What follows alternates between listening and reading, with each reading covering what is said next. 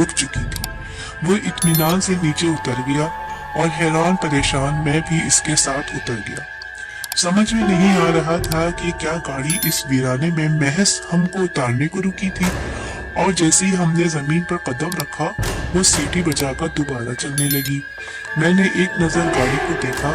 क्या एक पुरस्कार आदमी के कहने पर रात 1 बजे रेलगाड़ी से एक लक वीराने में उतर जाना किसी अक्लमंद शख्स का काम हो सकता है?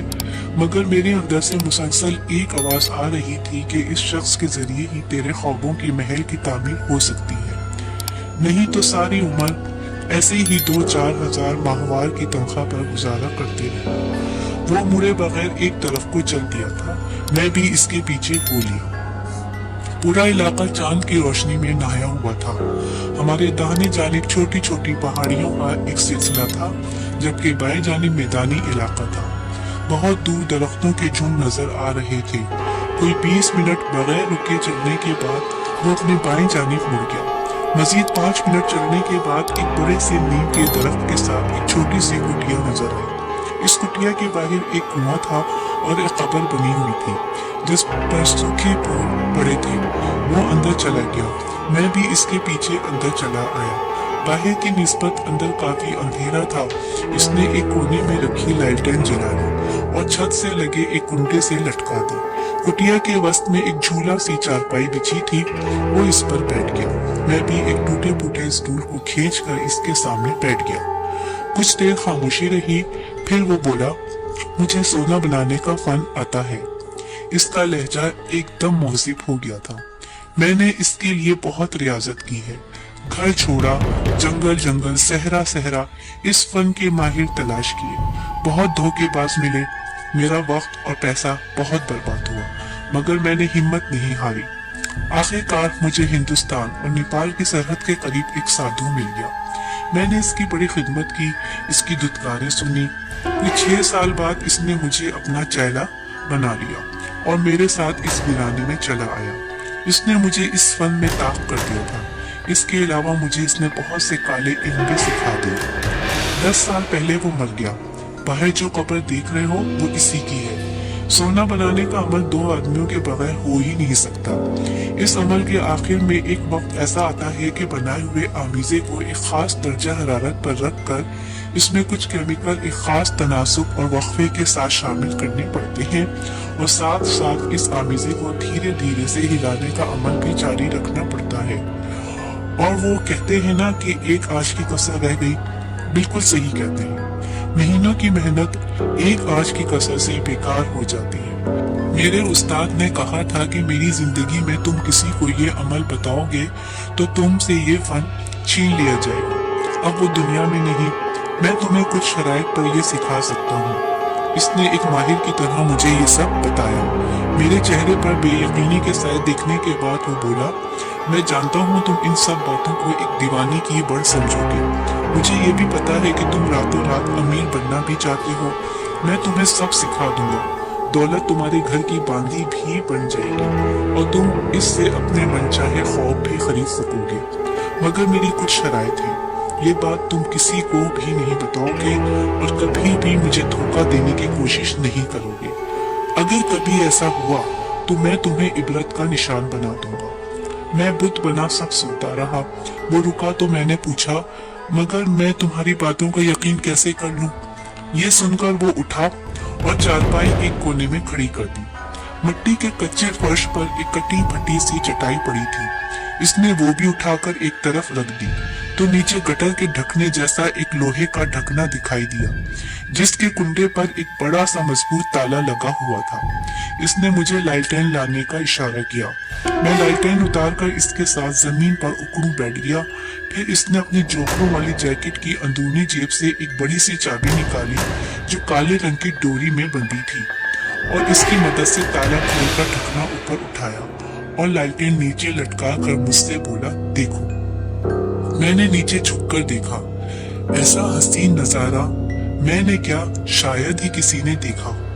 मैं हकीकत की दुनिया की बात कर रहा हूँ, क्योंकि अलिफ लैला के किस्सों के किरदारों में तो ऐसे नजारे बहुत देखे होंगे, अली बाबा की आंखें भी यकीनन 40 चोरों के गाल में मौजूद खजाने को देखकर खैरा हो गई होंगी। मैंने हकीकत में 8x8 के इस अंडरग्राउंड टैंक नुमा तहखाने में झांका तो मेरी आंखें चक्काचौंध हो गईं। जी हाँ, वहाँ सोने की ईंटें बड़े करीने से रखी थीं और लालटेन की रोशनी में जगमग जगमग कर रही थी।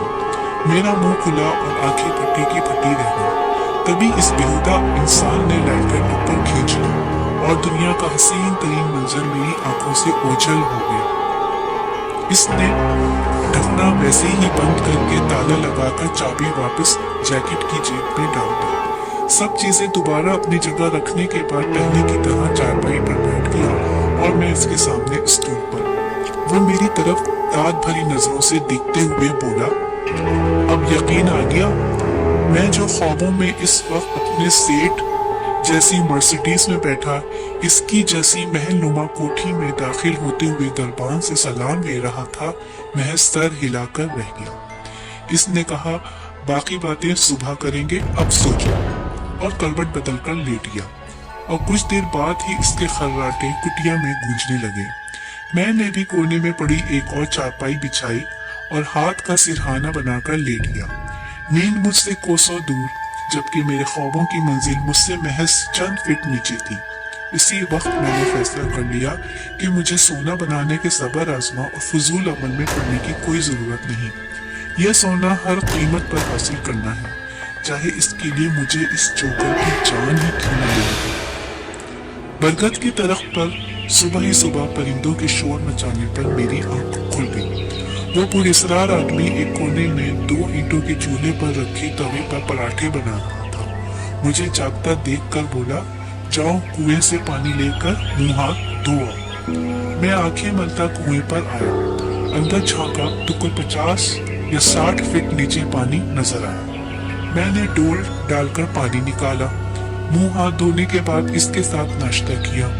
इसने बताया कि वो हर 15-20 दिन बाद राशन और अपनी जरूरत की चीजें करीबी कस्बे से ले आता है और हर 2 रोज बाद ताजा दूध और अंडे वगैरह मुझे करीबी गांव से एक शख्स साइकिल पर आकर दे जाता है। मेरा जहन बहुत तेजी से काम कर रहा था। मैंने इससे कस्बे के मुतालिक मालूमात ली। तकदीर ने मुझे एक मौका दिया था, वाकई काम मेरा था और मैं ये अच्छी तरह जानता था कि अगर मुझसे ये जाया हो गया तो सारी उम्र निदामत और पछतावे के सिवा कुछ बाकी ना रहेगा। नाश्ते के बर्तन धोने के बाद वो दरख्त के नीचे बैठ गया और अपने थैले से अजीब और गरीब किस्म की अशिया निकाली और इन्हें अपने सामने नीम दायरे की सूरत में रख कर बैठ गया और ना जाने मुंह ही मुंह में क्या पड़ने लगा। मैं इसके इस काम में मुखिल होना नहीं चाहता था, इसलिए टहलता हुआ पहाड़ी की दूसरी तरफ आ गया। कुछ दूर चलने के बाद मुझे रेल की पटरी नजर आ गई। मैं मुसलसल इस पुरस्कार आदमी के मुतालिक सोच रहा था। इतना सोना तो शायद किसी सऊदी शहजादे के पास भी नहीं होगा। मेरी कई नस्लें इस खजाने से खुशियां हासिल कर सकती हैं। इतना सोना होने के बावजूद वो और सोना क्यों बनाना चाहता है, मेरी समझ से बाहर था।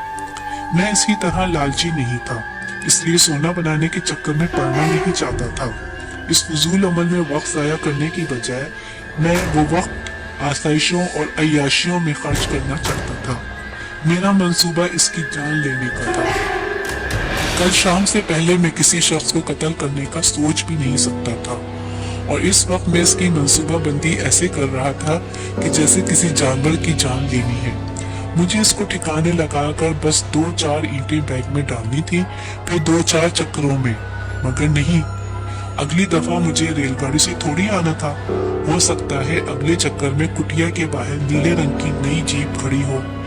मेरी आंखों में मेरे सेठ की प्राडो घूम गई, जिसमें मैं एक ही दफा में 40 चोरों का सारा खजाना घर ले जाऊंगा। कुटिया के पास पहुंचकर मेरी नाक में सख्त किस्म की नागवार बू महसूस हुई। वो आग में ना जाने क्या जला रहा था। सांस लेना मुश्किल हो रहा था। इसके साथ साथ वो जिन्नाती जबान में ऊंची आवाज में अजीब और गरीब से मंतिक पढ़ रहा था। इस वक्त इसकी शक्ल निहायत मकरू और भयानक लग रही थी। मैं दोबारा मटर गश्त के लिए निकल गया। इसने ना मेरे आने को महसूस किया, ना ही जाने को। कोई 45 मिनट बाद मैं वापस आया तो वो चारपाई पर लेटा मेरा ही इंतजार कर रहा था। कहने लगा, फिर क्या सोचा तुमने?